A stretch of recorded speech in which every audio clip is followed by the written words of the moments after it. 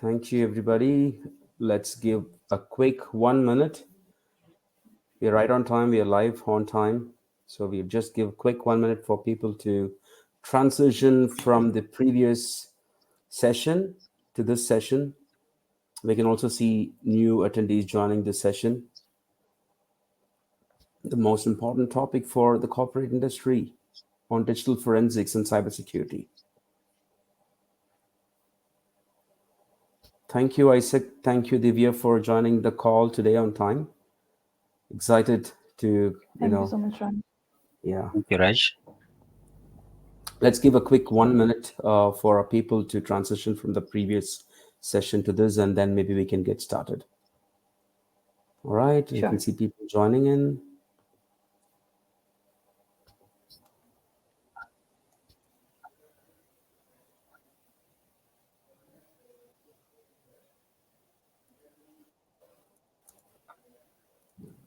All right, 60 attendees. We started with 20, 25, and then within a minute, we have 60 attendees joined from different parts of the world, including many from India, South Africa, Sweden, Japan, Romania. Oh, wow, interesting. And we have speakers, one from India, another one from Zimbabwe. All right, I think let's get started with no further delays. Let's get started. I would want to give a quick introduction about this session. First of all, welcome everybody, including the speakers for today. Welcome everybody to Exterro Inform. We are very glad that you joined. So just to give a short introduction about this program or this virtual conference, this Exterro Inform virtual conference is a full day event and it features 15 different regional specific webinars led by industry experts, and this session is timed for approximately 55 minutes to 1 hour. And in this 55 minutes to 1 hour, we would be diving into various key challenges like collaborative forensics, cloud forensics, incident response on the cloud, insider threats, and everything. Just a few housekeeping rules for the webinar before we get into the topic. Audience joined from different parts of the world, please feel free to submit your questions anytime in the question window that you see on your right side. And if you would like to join the next webinar, as I said, we have 15 different webinars and there's a third one for the day. If you want to join the next webinar after this one, just simply stay online. You don't want to look for different links. You would be automatically directed to the next session, and it is the same common joining link for all webinars. So we are making your jobs easy. And this webinar will be recorded, and we will share our marketing exposed marketing team will be sharing the recording with you in the next few days. And yes, thanks once again, everybody, for joining from different parts of the world. Good morning, good afternoon, and good evening. And thank you, Divya and Isaac, for joining the call today. And one of the most important topics, especially targeting the corporate industry, insider threats and data exfiltration, digital forensics techniques to detect and mitigate. So I've already given a brief about this. Along with me, I have few, industry experts. Just to give a quick introduction about me, my name is Raj Kumar Manikam, and I work for Exterro as a regional director of sales and consulting for South Asia, Middle East, and Africa. I've been with this organization for the last 6 years, helping organizations in solving digital forensics and incident response cases, both law enforcement and private sector corporate. Along with me, I have Mr. Isaac Fury, who has joined us from Zimbabwe, and he works for Sage Technologies, and he's an expert in cybersecurity, incident response, and digital forensics. Glad to have you here along with us, Isaac. Thanks for joining the call today. Thanks for joining the session, and thank you, Divya. Divya works for Airtel, and she has great expertise in the VLP side, and she also has a great knowledge and experience on the digital forensics and incident response side. So both Isaac and Divya will be sharing their insights and their ideas and their experience, that they have been carrying out in their day-to-day jobs. All right, let's get into the topic. So, in this session, we would like to cover more about insider threats. So, what constitutes the insider threats? If anyone with an authorized access who misuses or exploits the access for malicious purposes, and about data exfiltration and why digital forensics is very important in today's world, especially for corporate organizations. And we would also want our audience to understand more about data exfiltration. So, starting on with Isaac, can you start sharing your idea and insights on these areas, please? I would go on mute and you can just start speaking. Thank you very much, Manikam. Insider threats and data exfiltration. Insider threats is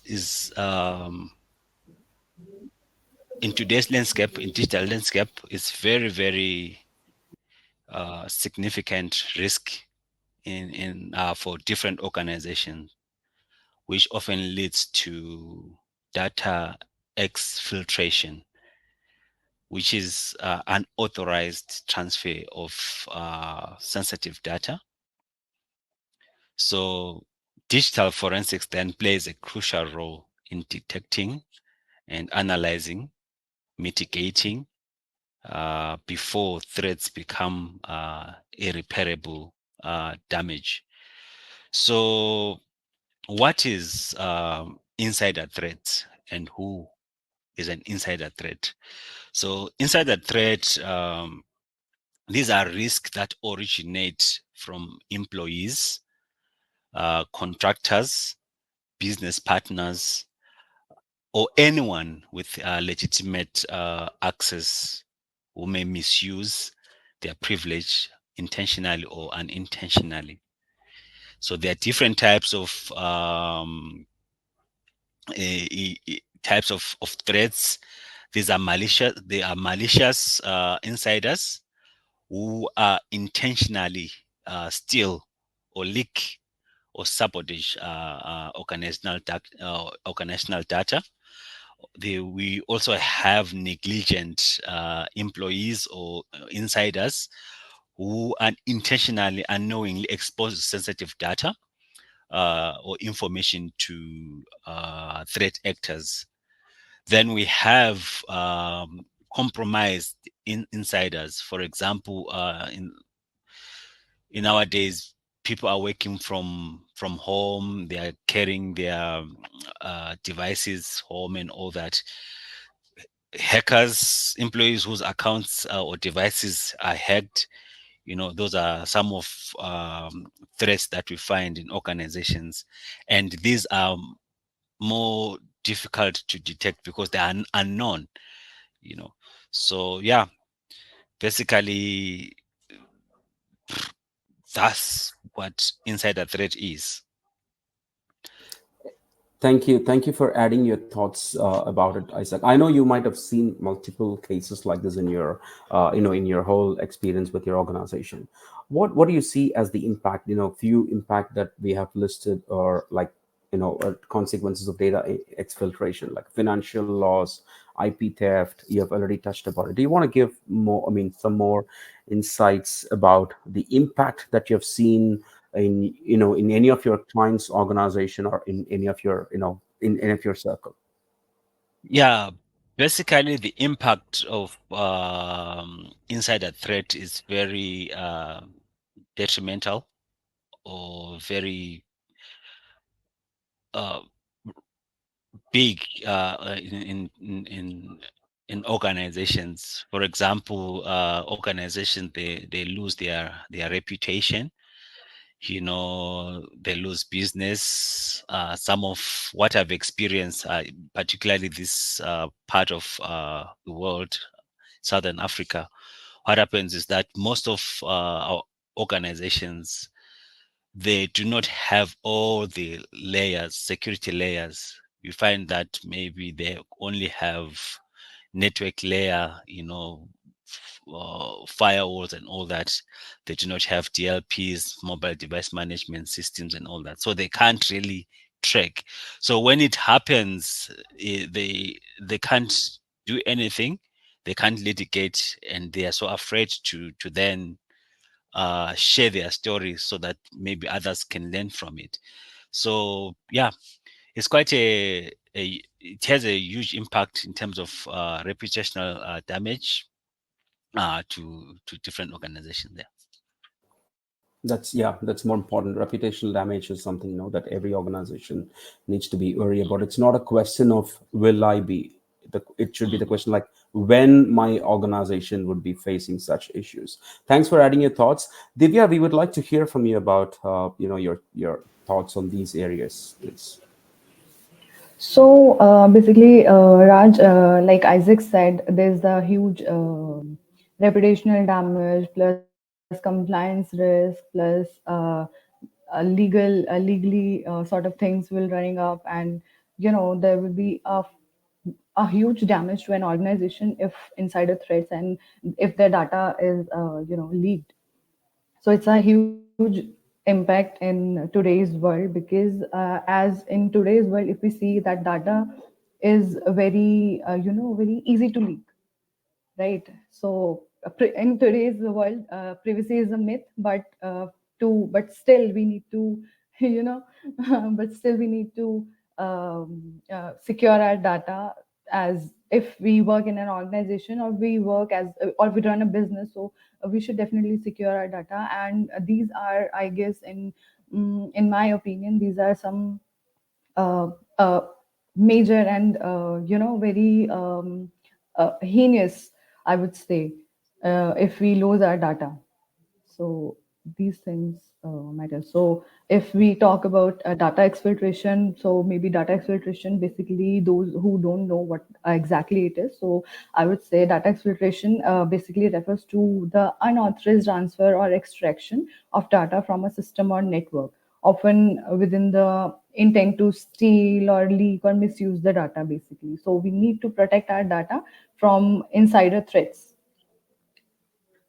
Exactly, exactly. Thanks for adding about this privacy as well. Yes, I understand that people don't understand the importance of data privacy nowadays, and which data privacy is a part of data risks as well. We don't just see privacy as a small piece. That is a part of the bigger, problem, which is data risk as a whole, and that is what Exterro is trying to address and solve for multiple organizations through our data risk management platform. And again, just to give a quick, I would want to highlight very quickly about the importance of digital forensics and how it helps in identifying, preventing various insider threats. So most of us would have, I mean, people who have, I talk to multiple organizations, who work for corporate, and they talk about the mitigation of malicious or negligent actions taken, performed by individuals within their organization who are considered to be the insider threats. So basically, these digital forensics best practice, basically the hygiene in terms of managing the data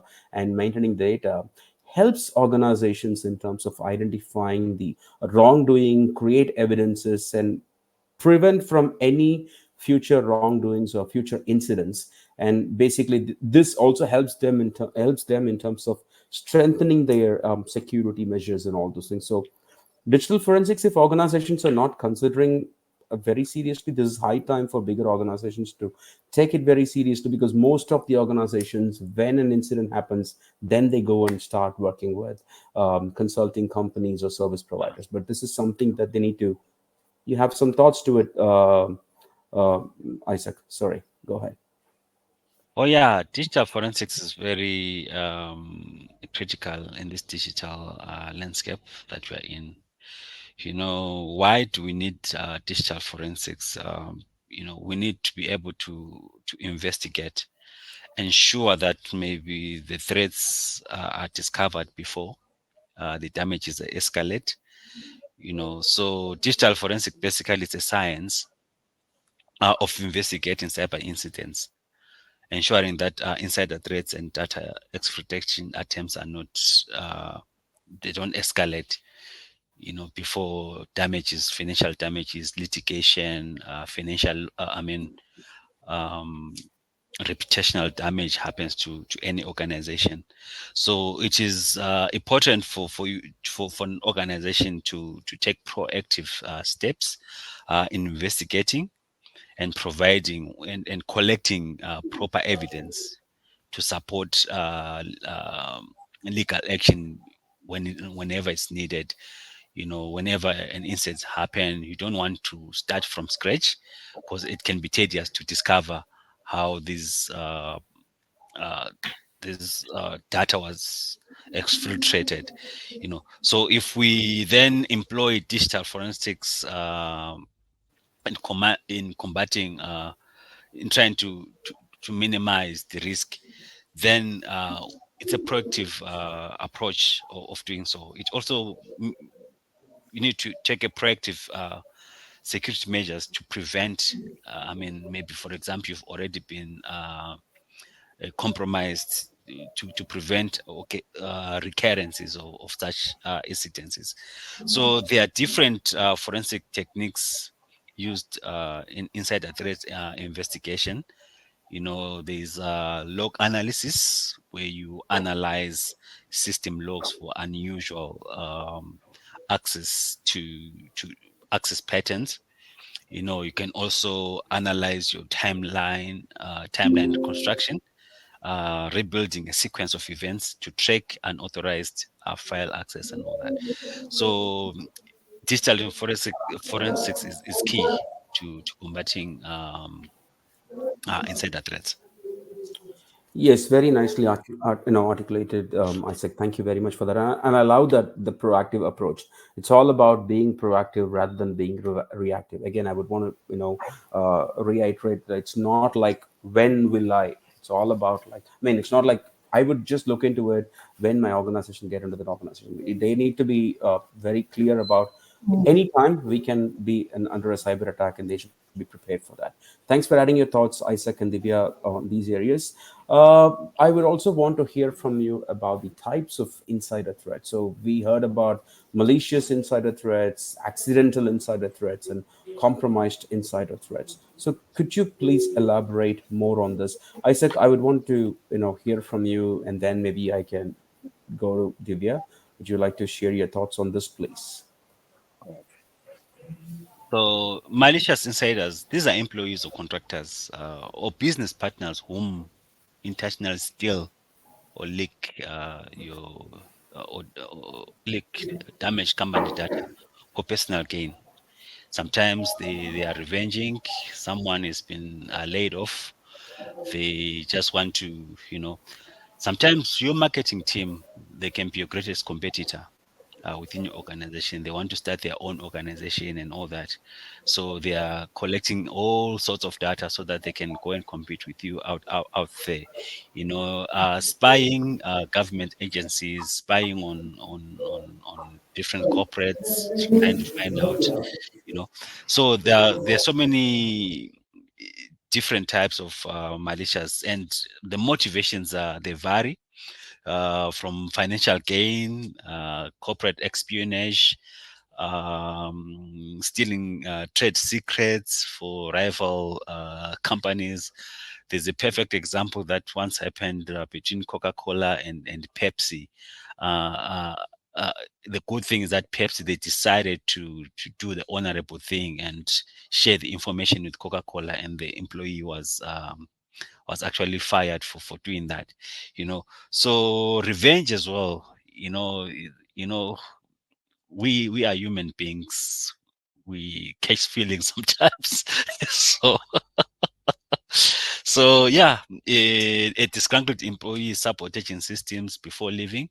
And this usually happens. A long time, because you never know what a human being is thinking.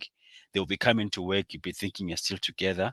They've given their notice, but it usually starts way before, 60 days or maybe 90 days before they leave. They start collecting the data. By the time they put their notice, the damage is done.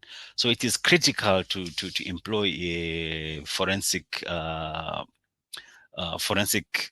tools to be able to see what's happening within your organization. It could be politically motivated again, leaking data for ideological reasons and all that. You see, so yeah, there are many examples that we can give. An IT administrator downloads confidential source codes to a USB before resigning. to so that they can give to their competitor or other reasons, or maybe start their own business. I've seen that quite a lot here, uh, this part of the world. So yeah, I think over to you. Thank you very much for nicely covering that. Just wanted to make a comment on people who think to revenge about their, I mean, against their employer or something. Guys, FTK is there. FTK Central is there. Don't try that you could do something on the cloud or on the network. FTK could do anything. So don't, we have deployed it for various organizations, and they have just FTK Central and FTK Connect have helped them to come out of those and create evidences, and guys are put behind difficult situations. I would want to iterate that. So, Divya, could you share your thoughts about it, please? Yeah, yeah, definitely, Raj. I'm totally agree with you that Africa can do anything, and us, the so as Isaac has mentioned, people has grudges and they theft data and sabotaging and fraud. Sometimes we have people who don't know, like they are not aware of that, like they are leaking some data, or they're misusing some sort of data to an organization. So that comes under negligent insider threats. So how we can say that how people comes falls under this category. Sometimes organizations have poor security practices, like they use weak passwords rather than strong passwords, and they sometimes they don't even use passwords, they don't have credentials, they just turn on their laptops and they wow logged in into the system. And sometimes some people cannot differentiate between phishing links, right? So from that we can have the credentials of anyone, right? Through phishing, if one cannot differentiate between phishing scams and all. After that, we have accidental data loss. Let's say an employee might unintentionally send sensitive information to the wrong person, or misplace the data, or let's say if the data has something important and it has in a USB, and that person or lost that that hard drive or that USB, then that's comes under accidental loss. Then so overall, negligent threats falls under inadequate security awareness. So yeah, so that's also a major concern, because we need to we need to teach people how to differentiate between phishing links, how to be very how to secure how to safe and secure set passwords into our systems, or some sort of our cloud storage, because these are very very easy to leak. Exactly. Now I Yes, understand just how to it's. add on that, these are accidental, these are good human beings within the organizations. Sometimes lack of awareness or poor security practices, Yeah. employees who do not intend to cause harm, they can create security risks. So it is important also for organization to begin to invest more on human error, training their employees on how to identify threats and all that. So sometimes good people also can cause damages to the organization. That's a different perspective. Interesting. Thank you. Thank you both for adding your thoughts about it. I understand like what you guys do on a daily basis, how it's hard for you to go and teach them the basics of maintaining hygiene and clicking a link or on the cloud, downloading something from different websites and everything. Thanks for that. And interestingly, I could see people joining in from different parts of India, and again from Zimbabwe, Germany, England, Norway, and again Gujarat. Thanks everybody for joining. We are discussing one of the most important topic for the corporate industry: insider threats and data exfiltration. Jumping on to the next slide, I mean, I've asked one more question, or I've asked a very high, I mean, highlighted more about the role of digital forensics in the first slide. The reason behind that was we would want to understand more about the role of digital forensics in detecting insider threats. So I would want to spend some extra time on this because I feel this is more important slide. So, Divya, could you talk about the process right from data collection and preservation in your world, how it starts with collection and how do you preserve, and followed by other forensics processes?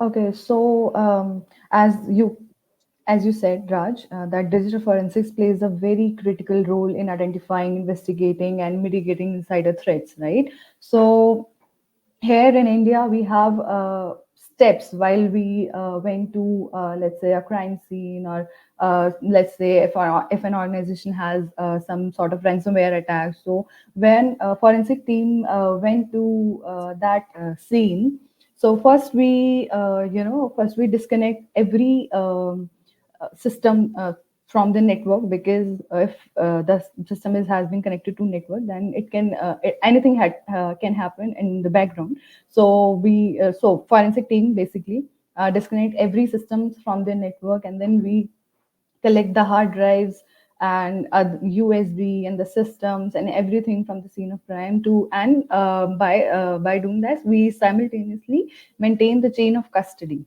So what chain of custody is? Forensic ensures that any evidences gathered at the scene of crime is handled properly, following legal standards for maintaining the integrity and chain of custody.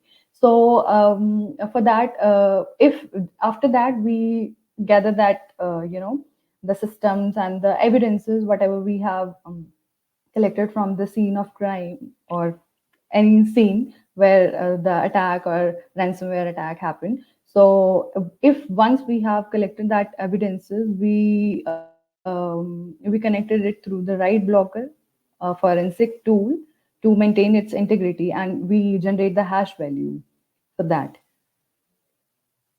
of Awesome. evidences. After that, we analyze the data, and if data has been deleted, so we do logical and physical imaging through FTK, in case whatever the tool is using by forensic experts. After that, of course, after gathering some sort of data, or imaging, or recover some deleted data, then we identifying exactly data exfiltration, that where the data has been leaked, when the data has been leaked. If we talk about network forensics, we talk about when the logs has been created, we get into the Windows registry for logs analysis and everything we do, and then finally comes up with the result that yes, this attacker, this IP address, or this person, this from this organization has uh, misused the data of the organization. Sure, sure. Thanks for that. Isaac, could you talk more about the behavioral analysis? How would you do that? How you detect, suspicious behavioral pattern when you're working on an abnormal cases? Could you? I would like to hear from you more about it. Yeah. So insider threat is stealth. I mean, you don't know what is happening behind the scenes, so you only know when it has already happened. So basically, it is important to maintain critical records. I mean, collecting your data, data preservation or digital evidence. You know, to ensure, I mean, the integrity and authenticity when it comes to litigation issues or anything that has happened. So there are key things that need to happen. Make sure that you log system logs, authenticating authentication logs, collecting authentication logs, event logs, and application logs. Also, file and system artifacts. Collecting deleted data, timestamps, unauthorized file modification, having tools or systems that can actually monitor all these things. You also have to have a network traffic layer where you look at suspicious outbound in inbounds of data transfers and all that endpoint activities, what is happening on the endpoint, USB insertion, cloud uploads, remote access loads, and all that, email or chat logs, internal leaks via unauthorized email, forwarding messages. You need to monitor all that. So there are best practices that organization can employ for data collection. Using forensic imaging. I'm sure FTK has got a FTK imaging. You know, uh, Exterro. I mean, then creating a bit by bit copy of compromise device using tools like the imager or autopsy, hashing and chain custody, maintain integrity by maintaining integrity of all hashes and all that. So log aggregation again and storage using your security information, your SIM, to to gather the whatever digital evidence. Evidences, yeah. Yeah. Got you, got you. So I would want to keep this question open to both of you and would want to share from you about it. So how would you? I mean, how what are your thoughts or information to people in this webinar in terms of identifying exfiltration attempts, in terms of analyzing the network or identifying unusual data transfers? So have you guys done that? Could you share some insights or thoughts about it so people join from different parts of the world can benefit from your thoughts and insights? Divya, do you want to go first? So Raj, basically, data exfiltration is, as I said, that is very, very drastic impact to an organization, like financial losses, reputational losses, integrity loss of that organization, right? And for some time their operational disruption is also occurs, right? If a company has been occur from data exfiltration, then they have mild chances that their operations are disturbed and they have loss of productivity, right? After that they may face legal and compliance risks as well. They face a non-compliance litigation part after some sort of things, so until they recover from this data exfiltration part. I'm not sure if I got you right. Are you looking at the how do we? The network forensics. How would you identify the exfiltration attempts by analyzing a network? By analyzing network Bas- logs, ba- identifying. All right. Go ahead. Go ahead. Basically, they are common. Insider threats behaviors that you then begin to see. An employee can begin to access a, corporate data or company organizational data at odd hours. Downloading a large amount of data, eh, which are not necessary. Unusual logins from different locations and user, from different countries, from different locations, and all that.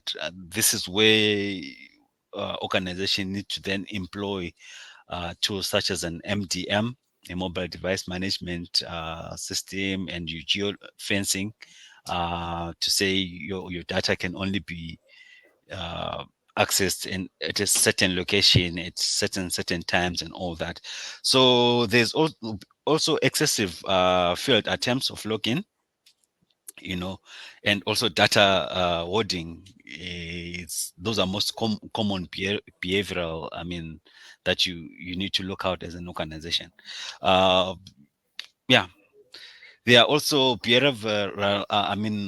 Analytic tools that could be used by organizations such as the Splunk. This uses machine learning to detect user anomalies.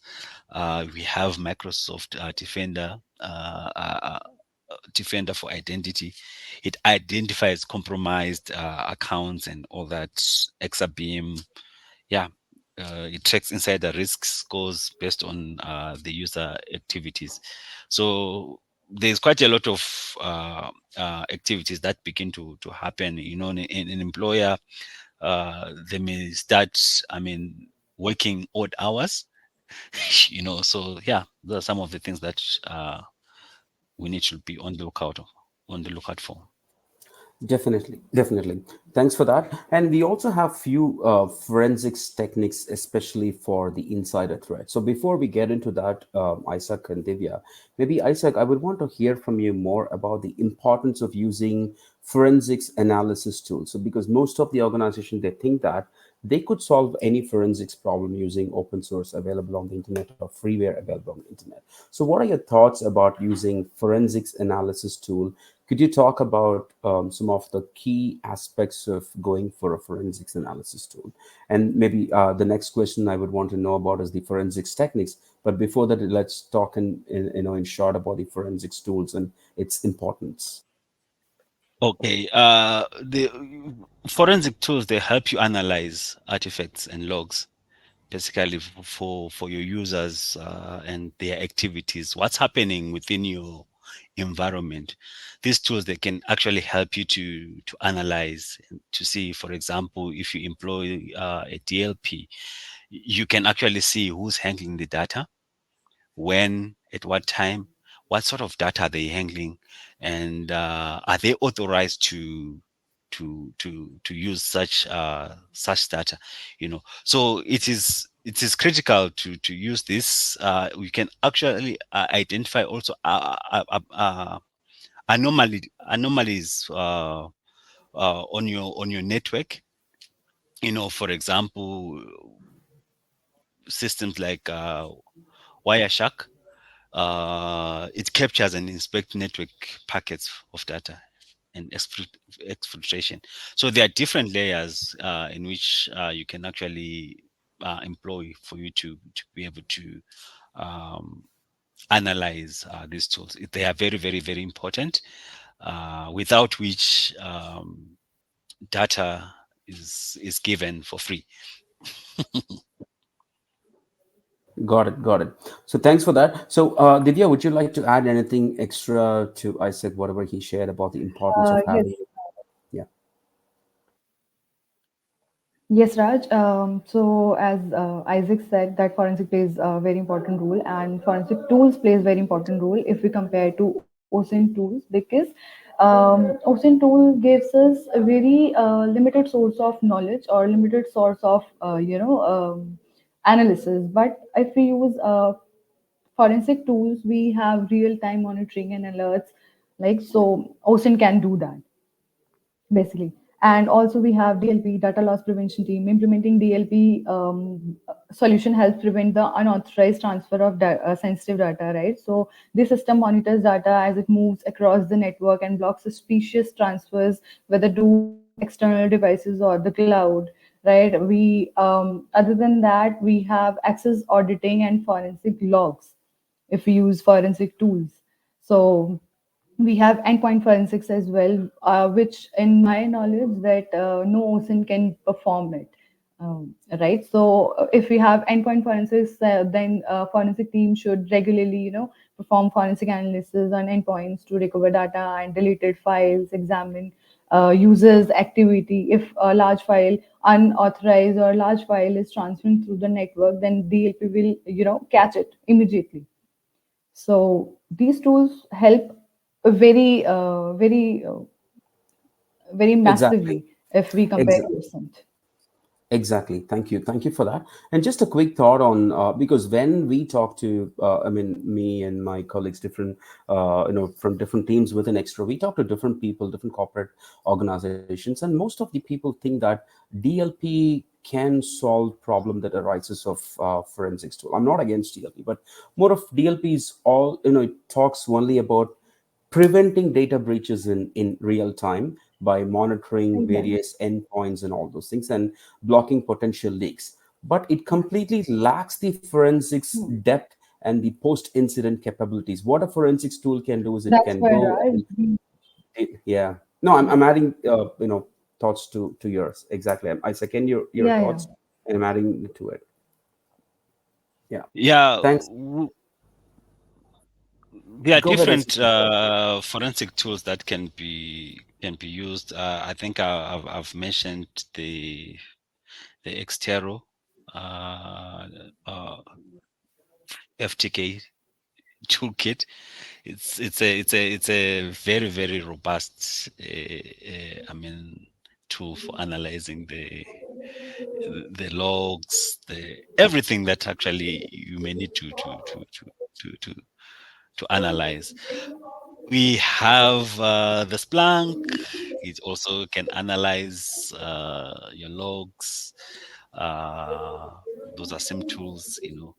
So yeah, there are different types. So it's important to employ all levels of security. I mean, when it comes to this combining all, I mean, tools that are available, you know, yeah.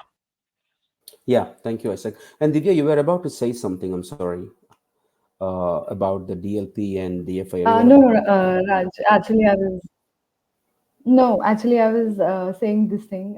Whatever you are saying. So Okay, yeah, okay, great. And yeah, thanks, DLP Isaac, and for DLP and AFAR. Yeah, thank you for acknowledging that. And Isaac, thanks to you for talking about the SIM and SOAR tools because when we talk about forensics, most of the organizations use cybersecurity tools, various SIM and various tools, including Splunk and various other things. So it can do the cybersecurity part, but from external side, we also have a tool for audiences' benefit. We also have a tool called FTK Connect, which works very well with any SIM and SOAR tools that sits on your infrastructure. And when this API toolkit, what it does is it basically automates the collection and it creates the job for you and automates the collection. It automatically does the job for you. You don't want to wait and go ahead and start the collection. If your Splunk or any of your cybersecurity tools detect any threat or something coming into your network, it alerts the API alerts and it starts the collection. And well in advance it starts the collection and in terms of protecting the evidences and all those things. That is something extra offers, and any of the audiences would like to know more about it, please feel free to reach out to me or any of my colleagues, or simply email us at marketing@extra.com, and we would be able to help you in detail. So we have talked enough about the role of digital forensics in detecting insider threats. Very quickly on the forensics techniques, we have various techniques like reconstructing the timeline, analysis of the logs, where we have talked in detail about. Both Isaac and Divya has talked about it. Can we get Isaac and Divya? Can we get your insights on the reconstruction of the timeline, social engineering methodologies, and file integrity monitoring? I would keep it very open so both of you can add your thoughts very quickly. In the interest of time, we have just 17 more minutes. All right. Thank you okay. very So Raj, much. if you talk You can go ahead. Okay, thank you so much, Isaac. Okay, so Raj, if we talk about timeline reconstruction, then if assume let's if a case happened 3 days ago, 4 days ago, so we collecting logs not from the past 1 year or 2 year. We collect logs maybe maximum maybe from last 6 months, right? Like how and the activity of the organization, the how the data is transferring through the network, and how what type of data is transferring, and what who is transferring basically. So we analysis that logs if we talk about timeline reconstruction. And Isaac, over to you now. You may add your All right. points. Thank you very much. So timeline reconstruction basically maps out user activities to detect anomalies such as unauthorized entry, access, or file deletion. So insiders often cover their tracks. They really do cover their tracks. You never know what they are doing. So it is important for organizations to to practice sequence to rebuild or practice sequence of events, which helps them spot what uh, such suspicious behaviors. And there are different techniques that can be employed in terms of reconstruction of timelines. You know, timestamp analysis.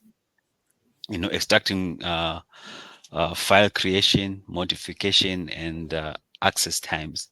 You know that you can use. I mean, different tools from FTK, Exterro, Windows logs, tracking user login history, their registry changes, and the process of execution, or you know so network connection logs, when identify where, when, and how data was accessed or transferred.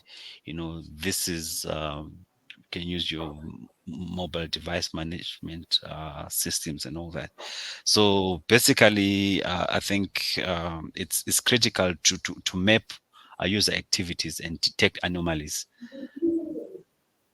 by building a Yeah. user activity history. Yeah, yeah. Thank you for that. To share your thoughts. Thanks, Divya and Isaac, for adding your thoughts about the different techniques. So we have talked about the challenges. We have talked about the techniques. Now it's time to engage our audience. So you could see a poll or Q&A on your screen. According to you, what do you consider the biggest challenge when dealing with insider threats and data exfiltration in your organization? Is it detecting suspicious behavior in real time, or is it identifying unauthorized access to sensitive data, or is it implementing effective monitoring systems, or is it educating your employees? Do you think educating your employees is the biggest challenge about your security best practices? Because I keep hearing this when I go on calls with my prospects and customers. Or the biggest challenge is it managing legal and compliance requirements during investigation? So please share your thoughts about it, and we would be able to see your answers and the score that we get. I'll be sharing about it. So we could see more responses for detecting suspicious behavior in real time. That is the biggest challenge. Yes, almost 55% of the people has answered that detecting suspicious behavior is the in real time is the most challenging part. Guys, FTK is there to help you in terms of identifying and detecting suspicious behavior in real time. Please talk to us. Whoever has answered that, talk to us, hear more about FTK Central, and we would be able to help you. Email us marketing@exterra.com, and we are there to support you. You're just one email away. Data exfiltration detection techniques.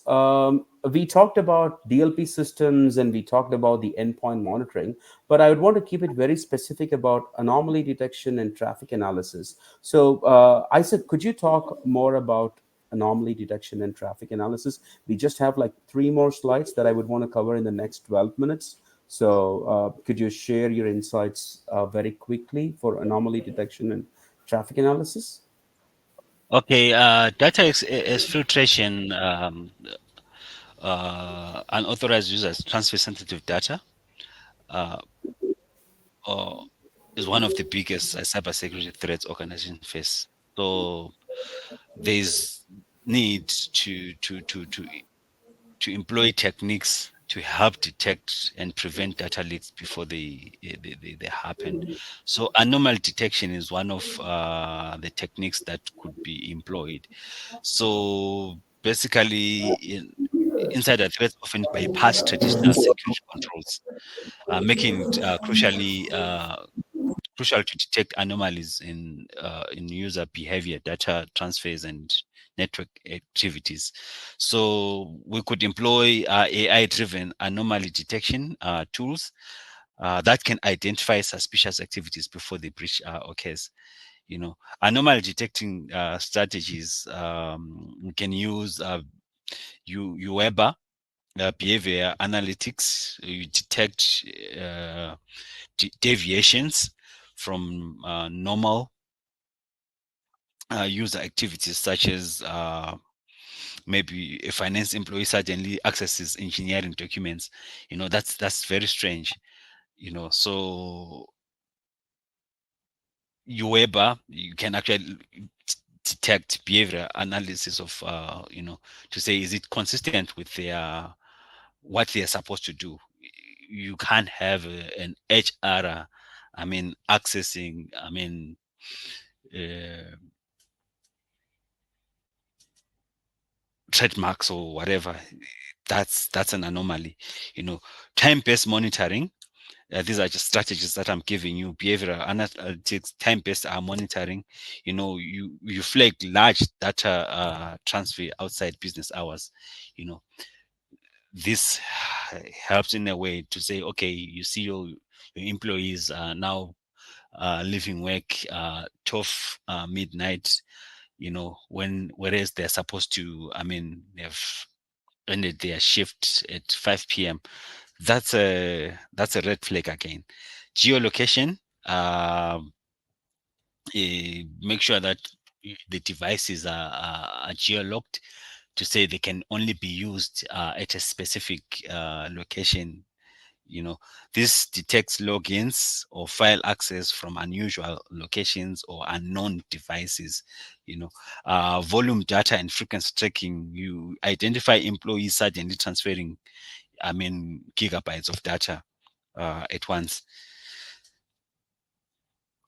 So there are also tools that you can use for anomaly detection. I mentioned earlier on Splunk, Exabeam, Darktrace uses machine learning to detect insider threats.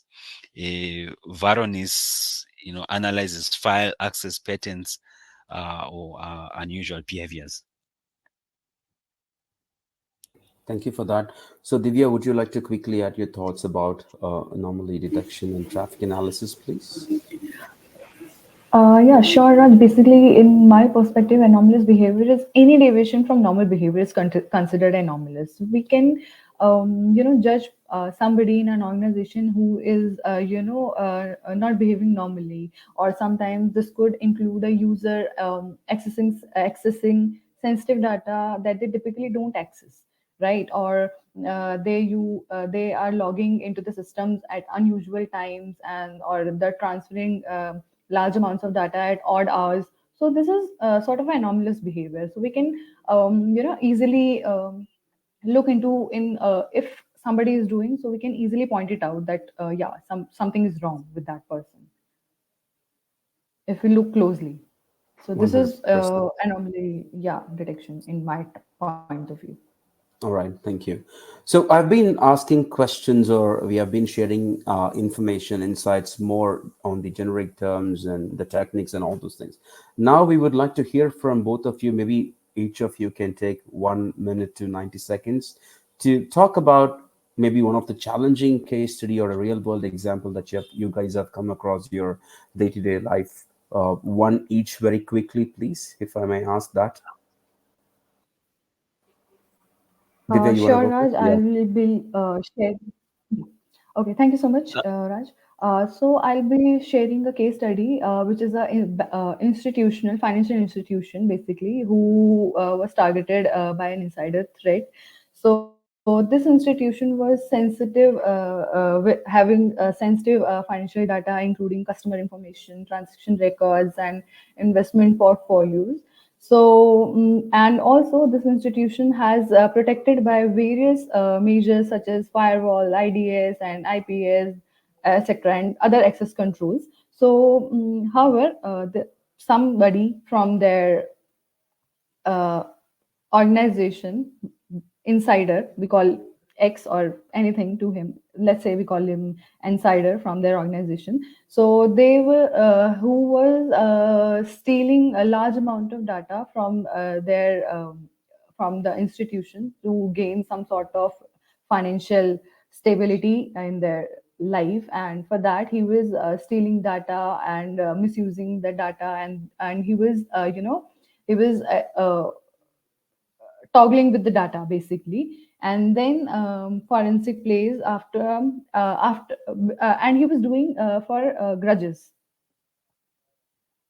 for that with that financial institution. And after that, after he left the organization, this case remained unspotted, I would say around 60 or 90 days, I guess. And after that uh, an alert was raised basically for an automated audit. The audit was conducted about 90 days, and after and with that, this case has been,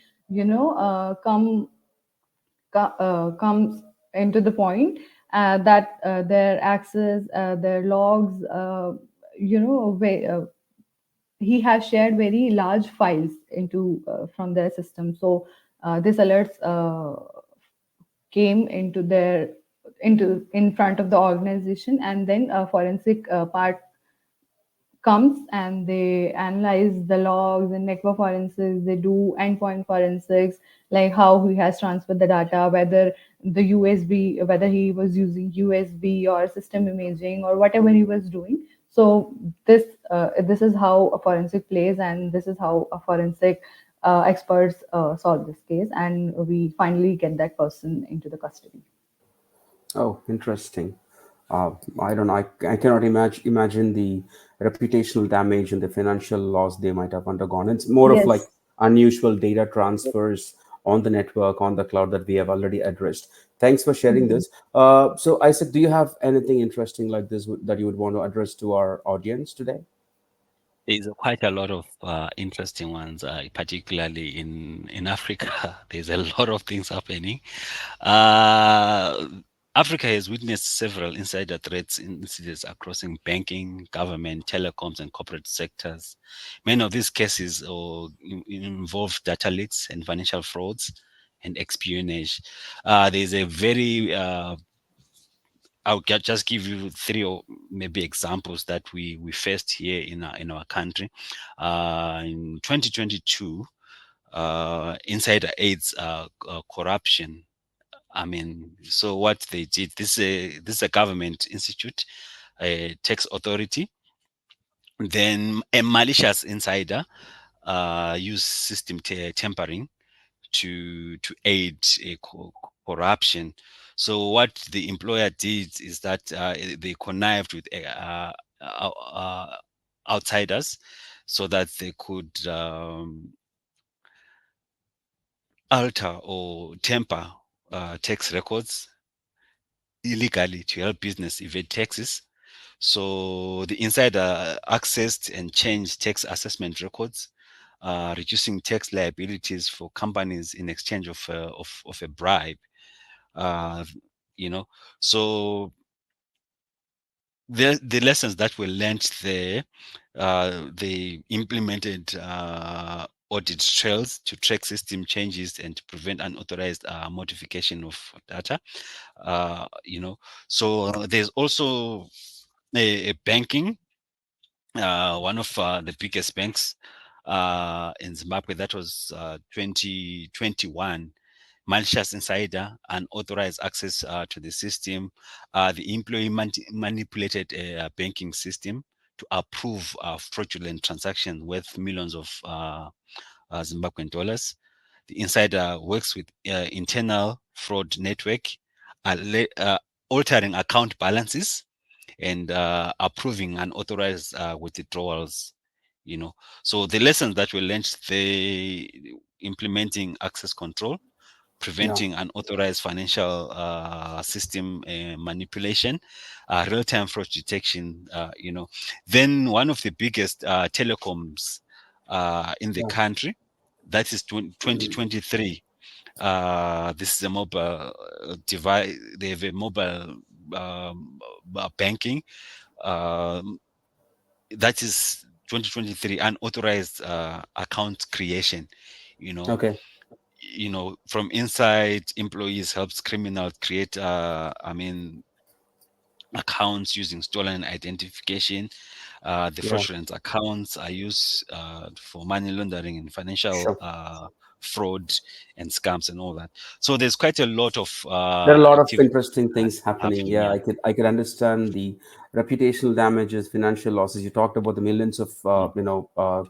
dollars in your Of currency dollars. Yeah. going ahead. Yeah, thank you for that. And you rightly addressed about how these insider threats can be mitigated. You talked about the access controls. So we recommend that enforcing least privilege access and monitoring and generating alerts for suspicious behavior, and more important is training and raising awareness amongst the employees to identify potential risks, and adapting to a zero trust approach is something that helps organizations to stay ahead of incidents response and insider threats. So as a closing thought, I would like to take this opportunity in terms of incident response and remediation, containment and eradication of the threats, and recovery and restoration of systems to normal, and monitor of any further signs of data exfiltration, and considering the legal implications in terms of conducting a forensics investigation and potential regulatory compliance requirements would always be helpful.